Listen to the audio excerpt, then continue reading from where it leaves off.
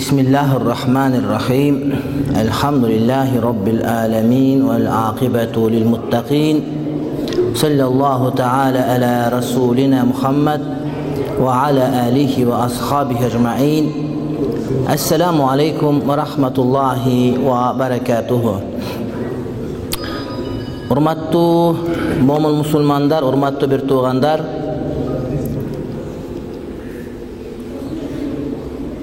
meçitke girgende telefonlarda öçürüp je ünsüz avalga keltirip anan üstündögü çöçöller süyleböy "Ö balдар, ekinci kavat" süyleböy oturgula. Men azыр мына ушул китептен кээ бир жерде окуп берген турам. Анан калган катканын имам Дамбылдабыз кийинки жумаларда окуп берет. Бул китеп эмне жөнүндө? Бул китеп Кыргызстан мусулмандар аалымдар кеңеши ушуну жарыкка чыгарды. Ошол жерде биз дагы мүчөбүз, Абдушукур ажы биздин төрагабыз. Бул котормо. Бул мусулмандардын дүйнөлүк аалымдар биримдиги деген бар. Бүтүндөй мусулман аалымдарынын биримдиги бар. Ошол жерден ачык кат деген араб тилинде кайрылуу чыккан. Аны өзбекчеге Мухаммад Садык Мухаммад Юсуф которуп жарыялады. Астына өзүнүн кириш сөзү менен. Анан биз эч нерсе кошпостон китептин өзүн гана чакан эле кылып, ошону чыгарып, азыр бет ачарын кылып тараттык. Мына ошондон окуп бермекчимин. Бул китеп эмне китеп? Бул китеп азыр ислам мамлекети деп Иракта, Сирияда элдердин бардыгын чакырып, бирин-бири союп өлтүрүп, карапайым элдерди кыйнап аткан террористтик мамлекет түзүлгөн. Ислам мамлекети деп. Исламга тиешеси жок. Адамдардын бардыгын Сирияга келгиле. Эгерде кимде-ким Сирияга келбесе, ал мусулман эмес. Азыр мүмкүнчүлүк барда келип калгыла деп Сирияга чакырып атат. Ошол сөздү күбүшенип биздин мына ылдыйдан бирөөлөрүбүз ошака барып дагы ошол жерден жардырып өлүп калды. Самолет немеге танкага түшүп. Андайлар көп. Эркек дебе, ургач дебе кетип атышат. Адамдарды алдап атышат. Ислам мамлекети биз мусулманчабыз, биз мусулманбыз деп атышат. Ушулардын кылып аткан иштеринин кайсыл жери туура, кайсыл жери ката. Ката болсо эмнеси ката? Жана кайсыл далил менен ката дегенди баяндаган китеп мына ушул китеп. Айтабыз бардыгыбыз алардыкы туура эмес дейбиз, бирок эмнеси туура эмес? Алар деле сакал койгон, алар деле чапан кийген, алар деле калиманы сенден көбүрөөк айтып, намазды көбүрөөк окуп, мына ушул жери карайып кеткен. Эмнеси туура эмес? Туура эмес. Базардагы бакшыга барсаң, бакшы деле жолук салынып алган катындары эркек ак топу кийип, сакал коюп алган. Бирок бакшы ката десең эмнеге дейт? Ал гайыпты сүйлөйт. Гайыпты сүйлөп, эртең мындай болосун, жолуң ачып берем деген өзү жолу жабык. Өзү камбагал жашайт бечара, кыйналып жашайт. Кыз жерден ажырашып келип алган, баласы катынын кетирип берген. Анан сенин жолуң ачып берет демеш. Ал өзүнүн жолун ачып алсын биринчи, анан сен. Ага жип айдап бир депутат келе жолун ачып берип кой деп. Ал өзү бар депутат болуп албайбы жолун ачып биринчи? Кайра сен анын жолун ачканга себеп болуп бер. Акчадан көбүрөөк бер, мисал үчүн. Адамдар ушунда. Ошол сыяктуу ислам мамлекети Даиш деп айтылат, ИСИС деп айтылат. Ишим деген бар, орусча игил дейт. Бул кандай? Кайсыл катачылыктары бар? Бул жерде 25ке жакын катачылыгын айткан. Ошонун кээ бирлерине токтолобуз, урматтуу бир туугандар.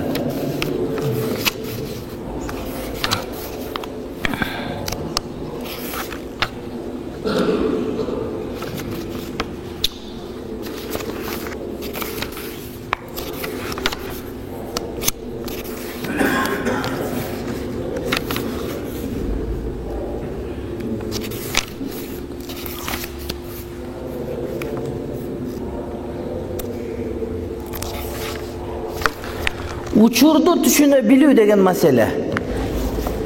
Учурду түшүнө билүү деген шариатта фикх экиге бөлүнөт.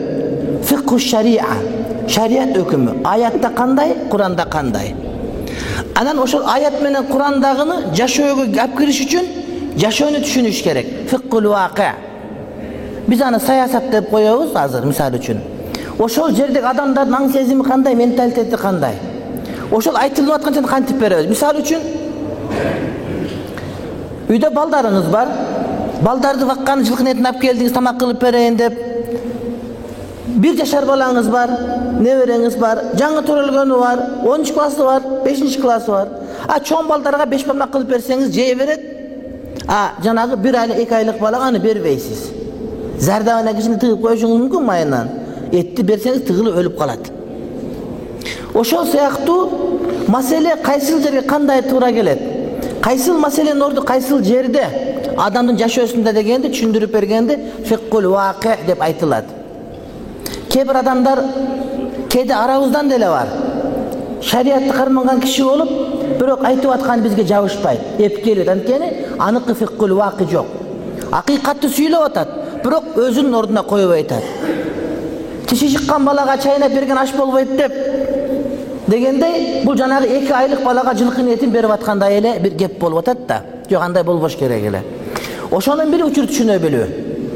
Учурду түшүнө билүү дегени адамдар менен болгон өз ара мамилелерде, ар кандай алакаларда алардын күнүмдүк жашоосуна, иш жүзүндөгү абалдарына карата шарият өкүмдөрүн жүргүзүү, практикалоо дегендик болуп саналат.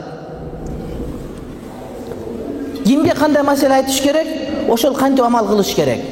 Пайгамбарыбыз жашоосунда мисал. Пайгамбарыбыз алейхиссаламга бир адам келип айтты: "Аллахтын элчиси осият бериң" деди. "Осият бериң мага" деди. "Ла тагдап, ачууланба" деди ага. Десе бирөө келип айтты: "Аллахтын элчиси мага осият бериң" деди. Дегенде тахажжудду калтырба деди. Башка бирөө келип мага осият кылың дегенде айтты: "Сен ата-энеңе жакшылык кыл" деди. Bir şeriat, bir peygamber, bir suroo, ар башка жооп. Демек кимге азыр міне керек? Кимдин кайерде кыйшык, ошону сүздөш керек, мына ошону билүү керек. Бул ислам мамлекети деп айтылып аткан террордук топто бул нерсе жок. Бардыгына бирдей кылып атат. Бардыгын көчүп келишиң керек, хижрат кылып Сирияга келбесең мусулман болбойсуң деп айтып атышат. La hicrata ba'dal fath. Makka açılgandan hicrat yok. Bir gana uçurda adamdın karmangан dinine kıyınçılık bolup din karman albay kalsa, ayaldar жоолугун салын албай калып, эркектер сакалын кое албай калса, жамаат менен жума намаздарды окуй албай калса, ошондо ошол жер ташташ керек болот. Таштап динди кеңири кармана турган жерге кеткен аракетин көрүш керек. Урматтуу бир туугандар, бардыгыбызга суу таратышты ичип атабыз, бирок кээ бир адамдар сол колу менен ичип аткандар бар, жок, оң колу менен ичиш керек.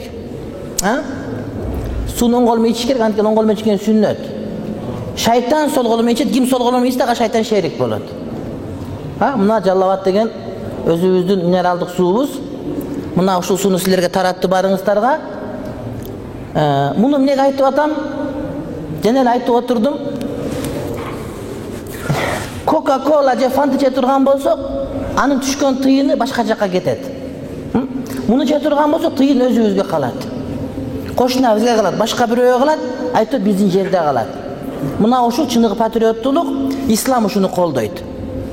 Анткени садака бере турган болсоң, алыс бир тууганга бергенден көрө жакын адамга садака берсең, ага бергениң садака хам тууганчылык экичти бирдей алып кетесиң.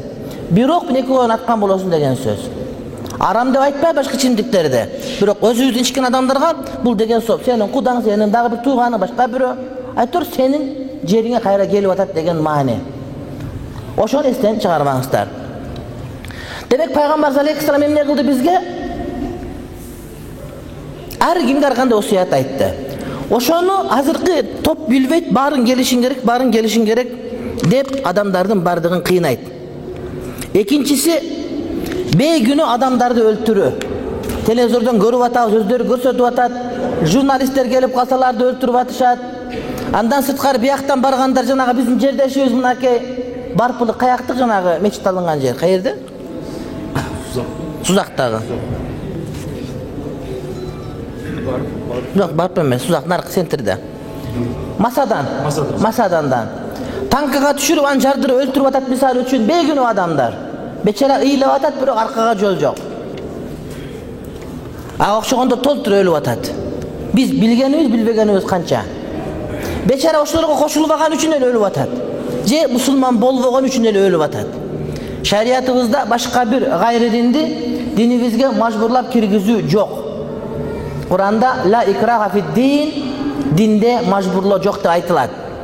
Булар эмнеге мусулман болбойсуңар деп эле кыйнап, аларды өлтүрүп, кырып кадимкидей эле жок кылып атат. Ушунун бардыгы алардын кылып аткан иштеринин туура эмес экендигинин бири. Аллах Таала Исра сүрөсүндө айтат: "Ва ла тактулу нафсаллати харрамаллаху илля бил хакки." Аллах Таала өлтүрүүнү арам кылган жанды жазыксыз өлтүрбөгүлө. Жазык ошого татыктуу болсо, ал башка кеп дейт. Туура, шарият боюнча кээ бир адамдарды өлтүрүү бар. Шариатта өлүм жазасы бар. Бирок кимге десе, адам өлтүргөндөргө. Эгерде бир адам бирөөнү өлтүрсө бейгүнөө, ал өлүш керек. Илгери бирөө 10 чакты адам өлтүрүп түрмөгө түшүптүр. Түшсө,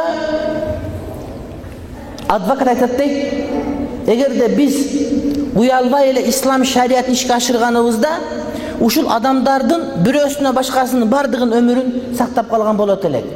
Кандай десе айтат, силер варварчылык дейсиңер исламда, адам өлтүрөт дейсиңер. Биздик ашып кетти варварчылык. Эгер ушул адам биринчи адамды өлтүргөндө, ошол өлтүргөн үчүн өзүн касас кылып өлтүргөнүбүздө калганын өлтүрбөйт эле дейт. Силер Куранда каттуу айтып койгон, динде каттуу айтып койгон, адам өлтүргөндө кантип өлтүрөбүз? Адам өлтүрүү болбойт деп айтканыңар менен адамдар өлүп атпайбы биякта? Курани Каримде кызык айтылынат. Касас дейт. Өлтүргөнлүк үчүн өлүү, ал өлүш керек деген сөздө адамдардын өмүрү бар дейт. Демек, биринчи адамды өлтүргөндө өзүн өлтүрсөң, калгандардын өмүрү ошол жерден сакталат деген маани келип чыгат, урматтуу бир туугандар. Бул жерде жок, адамдарды өлтүрүп атат. Шарият боюнча адамдарды эч бир себепсиз өлтүрүүгө болбойт, бирок ислам мамлекети кадимкидей эле өлтүрүп атат.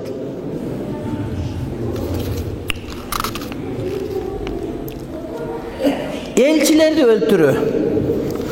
Баш кесмек бар, тил кесмек жок дейт. Кандай гана каардуу согуш болбосун, Чыңгыз хан убагында деле элчи болуп келгендерди өлтүрүлгөн эмес, бардык диндерде бул нерсеге тыюу салынган. Элчинин өзүнө жараша орду, кадыр-баркы, ызат урматы болот. Ибн Мас'уд радhiyallahu ta'ala анху айтат, пайгамбарлар жолу боюнча элчилер өлтүрүлбөйт дейт. Имам Ахмад риваят кылат. Пайгамбарлар жолу боюнча элчилер өлтүрүлбөйт дейт. Азыркы учурда жалпыга маалымдоо каражаттарын журналисттер чынында эле кабар жеткирүүчү элчилер болуп саналат. Азыркы журналисттер ошо узучуга бар катышып аткан, согуштарга катышып аткан пресса деген жазуучулар, булар элчи болуп эсептелет. Анткени ошол жердеги кабарды башка жака жеткире тургандар. Буларды өлтүрүү шарият боюнча тыюу салынат. Ал эми булар болсо көптөгөн журналисттерди ачып чыгып эле өлтүрүп, асып мойнун кесип, башын футбол кылып тебеп, нарага түртүп коюшту.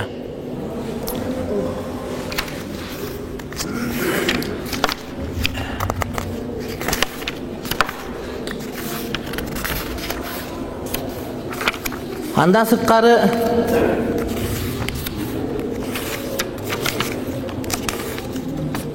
такфир, адамдарды капырдыкка чыгаруу. Мындайлар бизде деле бар, Кыргызстанда деле. Өзүнүн кийимине окшош кийим кийбесе, өзүнө окшоп чач койбосо, өзүнө окшоп сүйлөбөсө эле биздики эмес деп бөлүп алгандар чыгып калды. Динди монополия кылып алып, дин мына биз түшүнгөндөй болуш керек деп, өздөрү каалагандай фатва берип, адамдардын баарын адашууга кетти деп жүргөндөр не только бул террордук мамлекетте эмес, биздин деле жерде толуп жүрүп атышат мындайлар. Өзүнөн башканын баары ката. Өзүнүн ката экенин билбейт. Окуп аткан китебин түшүнбөйт, бирок мен туурамын деп дава кылат. Дин сен карманган дин качан туура болот? Эки нерсе табылганда. Биринчиси, ыхласың түз болуш керек, сенин ыхласың түз тууганым. Ekинчisi, sen aytып atkан şariat dinge tuğra geliş gerek. Seniki tuğra gelbey atat. Seniki tuğra gelbey atat. Tuğra gelbegen özüň bilbeysin. Özüň soğuratıp tuğra degenin menen hiç vaqta tuğra gelbeydi. Makiş köçüge çıkıp kanatların boyap korozdukunda kılıp uzun kuyruğu jabıştırıp algan men al koroz bolup ketpeydi. Oşondoy ele sen tuğra emes jolda жүрüp özüň tuğramın dep etikat kılıp sen ıklasyňyň tüzdügi bolbasa da kaldırsa tuğra bolup kalbaydı. Şariattın kitabının erejesinde tuğra gelgende gana oşunda tuğra bolot. Al saňa jagaby, jakpay başka mesele. Özüň bilbeysin. Özüňe kalaganda jakkanda kotorup al, kotorma kitaptan adamlarga mesele aytasın. Adamlarym adaşıp ketken tuğra emes. Muna men tuğramın deysin. Jok hurmatly bir tuğanım. Sen havaric bolup ketip atasın. فَاِنْ تَابُوا وَاَقَامُوا الصَّلَاةَ وَآتُوا الزَّكَاةَ فَخَلُّوا سَب۪يلَهُمْ اِنَّ اللّٰهَ غَفُورٌ رَحِيمٌ. Tavba suresinin 5. ayetinde aytat Hudaý Taalam, eger tawba keltirip, namaz okup, zekat berişse, joldoruna toskol bolgogula. Albette Allah Taala öte keçirimdүү, öte ırayımdүү deydi. Eger bir adam namaz okup, zekatin berip atkan bolsa, tawba kılıp atkan bolsa, alardı kapır dep aytpagıla. Alardın jolun top sen kapırsın debestin, alardın jolun koyuvergile, alar kalagan işlerin kılsın deydi. Birok İslam'a bir antken jeri jok. Jok bular kapır dep atat. Namaz okup atat, oroza tutup atat. Adaşkan jeri var tuğra. Birok anı menen kapır bolup ketpeydi. Jok bular kapır dep namaz okup atsa dele bolboy ele emne aparıp öldürüp atkandar. Jok bular kapır dep kapırga çıgarıp atkandары bar. Bukhari'nin kitabında Peygamber Aleyhisselam aytat, sizlerden şoruңar kurusun, bayqagıla, menden keyin biri-biriňerdi moýnuňardy kıygan kapır bolup ketpegile dep aytkan. Uşunday bir zaman gelet, adamlar özünde jakpagany bar adaşkan, bid'atçı, dalalatçı, kapır bolup ketdi dep aytyp başlaýsyňar, antip biriňer moýnuňardy kıybagıla deydi. İslam memleketinde adamlardan bardygy ele kapır, o şaka göçüp bargan adam gana durus, kalgandın bardygy durus emes dep açık ele aytyp atışat.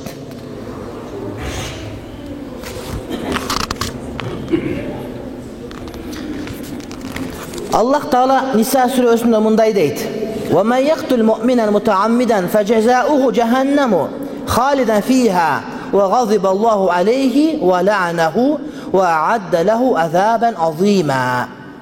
93. ayette kim bir mu'min adamdı ataylap öldürse anın cezası tozok. Anda tübölükö kalat. Allah Taala al adamga kaardanıp kargış aytat janaga çoň azapty dayardap koýot deydi.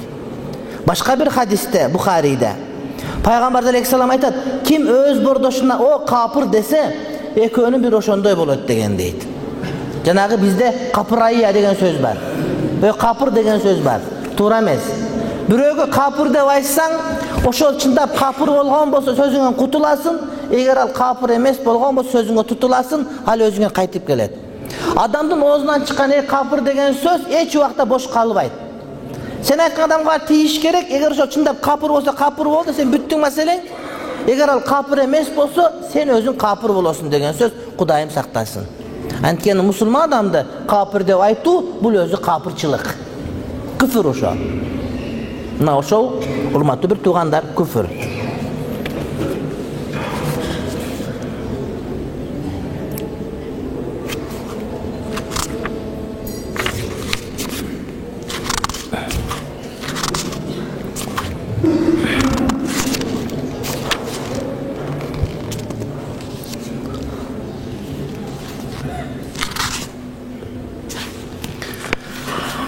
Keyinki mesele İslam memleketinde hazır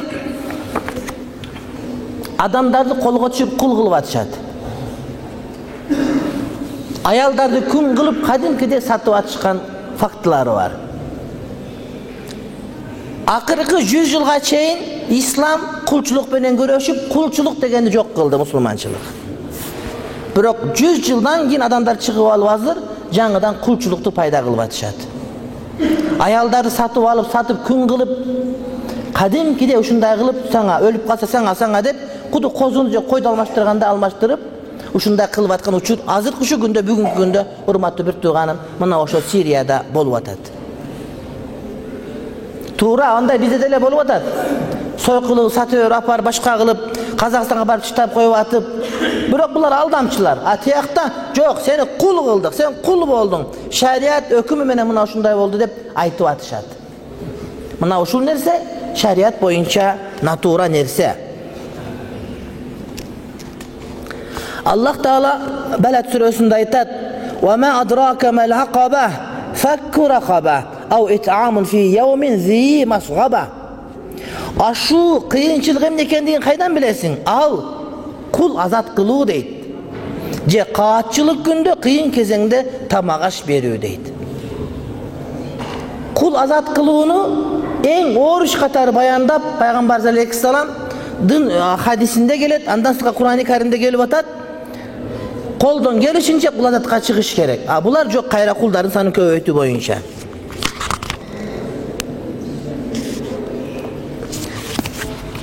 Барып басып алып Язидилер же христиандар же башка бир мазхабты акыйданы карманган, динди кармангандардын аялдарын апарып эле тизип алып күн кылып бусаңа деп эмне бөлүп берип атышат. Мына ушул нерсе шарият боюнча урматтуу бир туура эмес. Андан сырткары икра адамдарды мажбурлоо кадимкиде иш жүзүн ашып атат. Алардын пикирин кабыл кылбагандардын бардыгын капырлар, мусулман эместер дейт. Сирия туура эмес. Азыркы болуп аткан окуяңар туура эмес. Ислам мамлекетиде адамдардын баары өзүңөргө чакырып атканыңар туура эмес. Андай болбош керек эле. Деп айтсаң, жок, сен өзүң туура эмес, сен капырсың. Деп адамдарды такфирге, кафырга чыгарып атат. Мажбурлап атат. Лакум динукум валия дин. Кафирин сүрөсүндө силерге өз диниңер, мага өз диним деген аят. Буга эч кандай маани беришкен жок. Ласта алейхи би мусайтир. Ey Muhammed, sen алардын үстүнөн өкүм жүргүзүүчү эмессиң. Sen аларды мажбурлап динге киргизип же башка кылып кое албайсың. Аларга хидаят айт сен. А хидаятты берген бул Кудайдын өзү. Дегенди түшүнбөстөн силер мажбурлап, жок, бияка киресиңер, бияктан чыгасыңар деп түшүнтүп атасыңар деп айтып атат. Чындыгында буларды урматтуу бир туугандар туура эмес. Мажбурлоо боюнча балдарыбыз балагатка жетип акыл-эске толгонго чейин биздин кол астыбызда болот. Эгер алардын каалоосуна кое берсең, алар мектепке барбай койот, керелден кечке бал муздак жеп жүрө бергиси келет, же ойноп жүрө бергиси келет. Жок, мектепке бар, андай мындай да окутабыз биз. Анан кээде ушу Бишкек тарапта ушундайлар бар, балдарын мектептен чыгарып алгандар бар. Эмнеге десе, жок, мектепте окутпайт экен, туура эмес экен, кыз бала аралашып кетти палан түгүн. Туура. Кыз бала аралашып окуган жакшы эмес. Анда кыздар мектебине апар, балдар мектебине апар. Бирок окутушубуз керек балдарыбызды. Илгери мектеп болгон. Илгерки медреселерде азыркы медреседе окутулган программа менен бирге мектептин программасы окутулган, урматтуу бир туугандар. Азирети Умардын убагында Медине Мунаввара шаарында жөөттөрдөн болгон математика мугалимди алып келип медресеге ишке киргизген. Светтик анан дини де бөлүнгөн эмес. Илимдин бардыгы биздики болгон. Анан кийинкилер келип биздин илимибиз керек болду, динибиз керек эмес болду дагы, экиге бөлүп туруп диниңе даяк апаргыла, бизге бияга керек деп шайтандын васвасасы менен, шайтандын машварасы менен ошентип экиге бөлүп алышты. Мындан 300 жыл, 400 жыл мурда илим алган адамдар кайсылган илим болбосун, мейли математика, мейли химия, мейли физика, араб тилин билиш шарт болгон. Азыр орус тилин билмейинче доктор боло албагандай эле медицинада.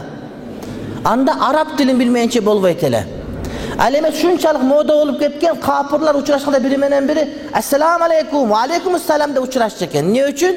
Анткени мусулмандар илимде, билимде эң алдыңкы жолдо тургандыгы үчүн. Азыр капырлар бөлүп мусулмандар дини менен калсын, дүйнөсүн унутсун дегенде, биз Аллах Тааланын Кур'ан-ы Каримдеги ла танса насибака минад дунья, дүйнөдөгү өзүңдүн насибиңди унутпа деген аятына тетириш кылып атабыз.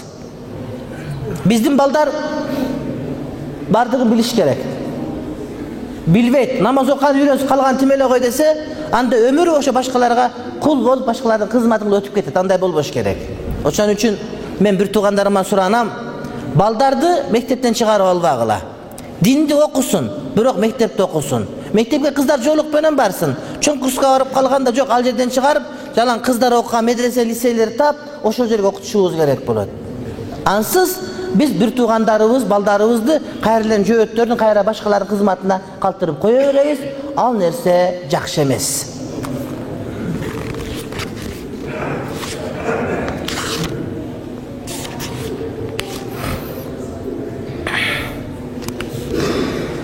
Ayallar жөнүндө дагы ислам мамлекет деп аткан жерде өтө каттуу иш.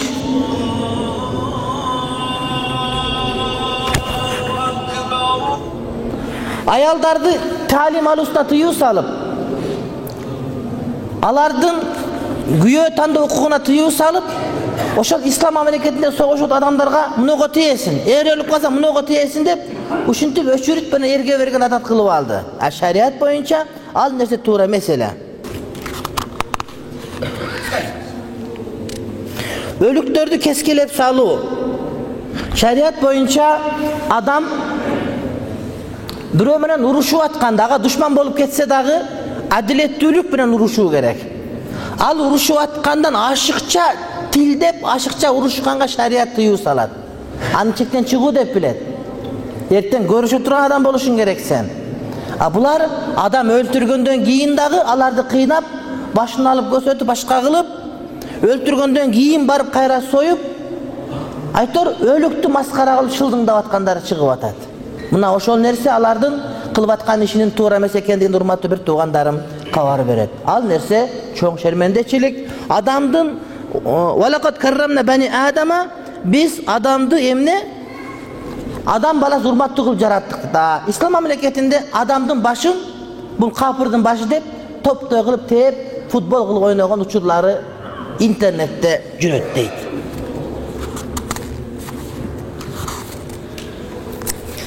Кийинкиси өкмөткө каршы чыгуу, падышага каршы чыгуу.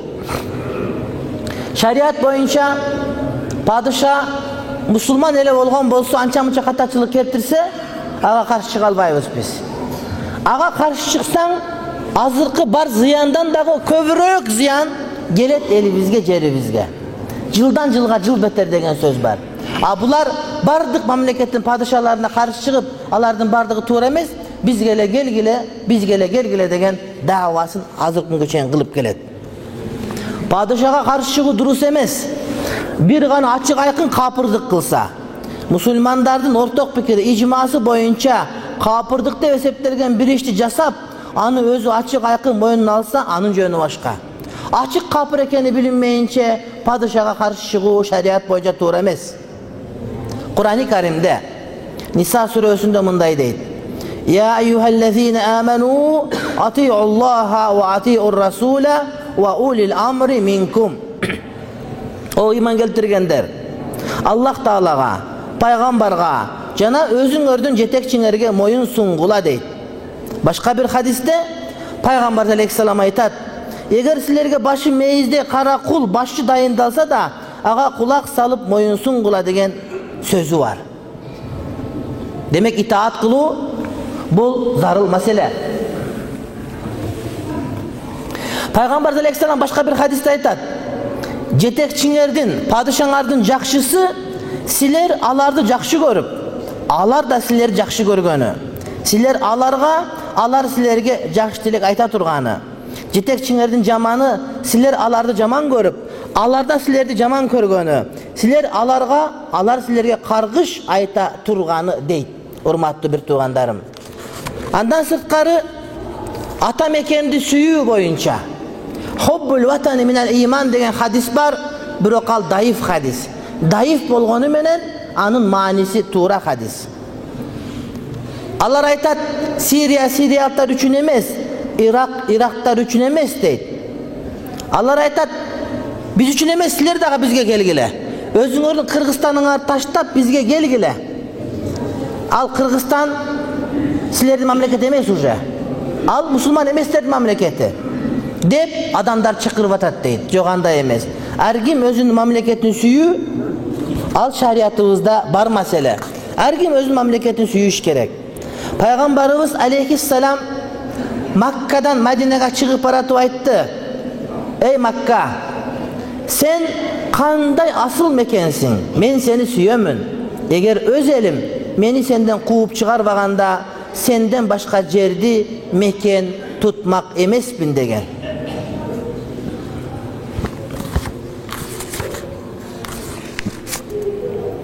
Айтор урматтуу бир туугандар, ушуга окшогон көптөгөн маселе менен алар өздөрүнүн туура эмес экендигин билдиришти.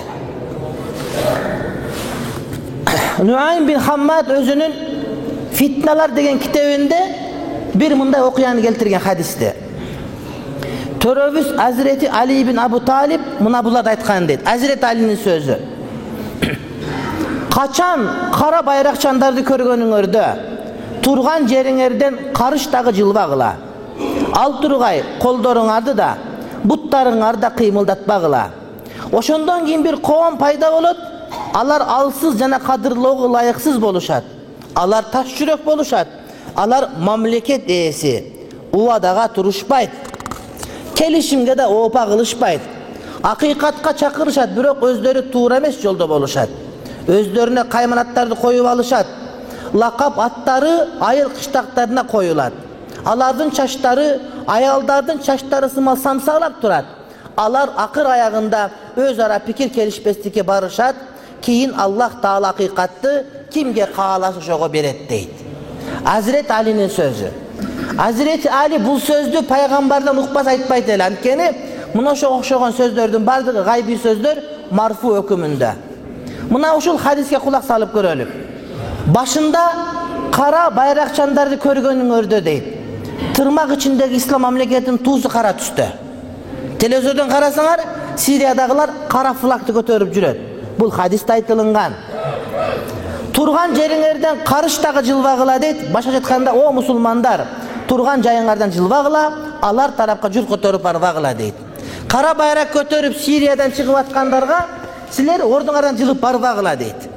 Сирияга барба дейт.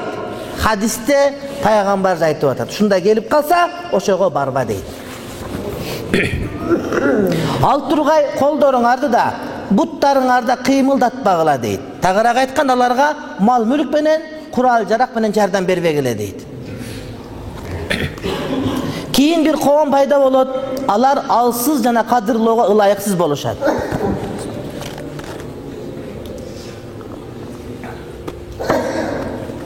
Аксакалдара коюп бериң. Бар, коюп бериң.